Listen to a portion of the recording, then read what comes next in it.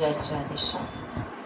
অনেকেই আমরা শ্রীমদ্ ভাগবত গীতা এবং শ্রীমদ্ ভাগবত মহাপুরাণ এই দুটোর মধ্যে পার্থক্যটা বুঝতে পারি না।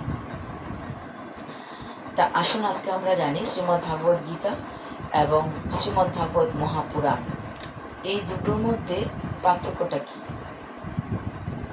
শ্রীমদ্ ভাগবত গীতা হচ্ছে ভগবান শ্রীকৃষ্ণের মুখ নিঃসৃত বাণী, যেটা ভগবান শ্রীকৃষ্ণ কুরুক্ষেত্রের যুদ্ধ শুরু হয় এরকম সময়ে অর্জুনকে জ্ঞান প্রদান করেছিলেন।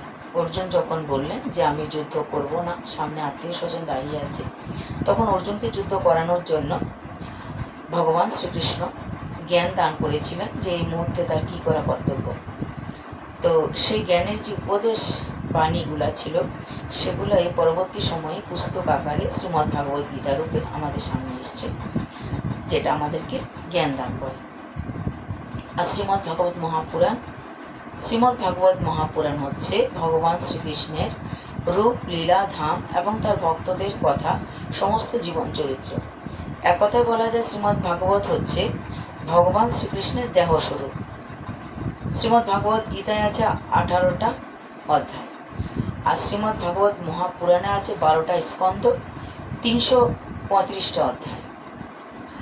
তো এই 12টা স্কন্ধকে ভগবান শ্রীকৃষ্ণের বিভিন্ন অঙ্গের সঙ্গে তুলনা করা হয়েছে।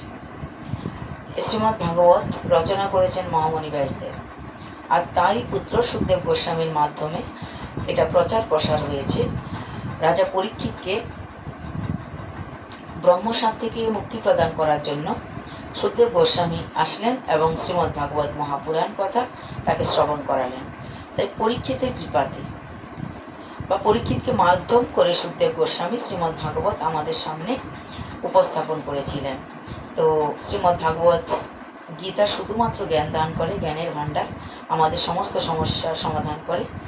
আর স্বয়ং ভগবান শ্রীকৃষ্ণের দেহস্বরূপ বলে আমরা বা বাগময় মূর্তি রূপে, বাগময় কথা রূপে যেটাকে আমরা বুঝি, সেটা হচ্ছে শ্রীমদ্ ভাগবত।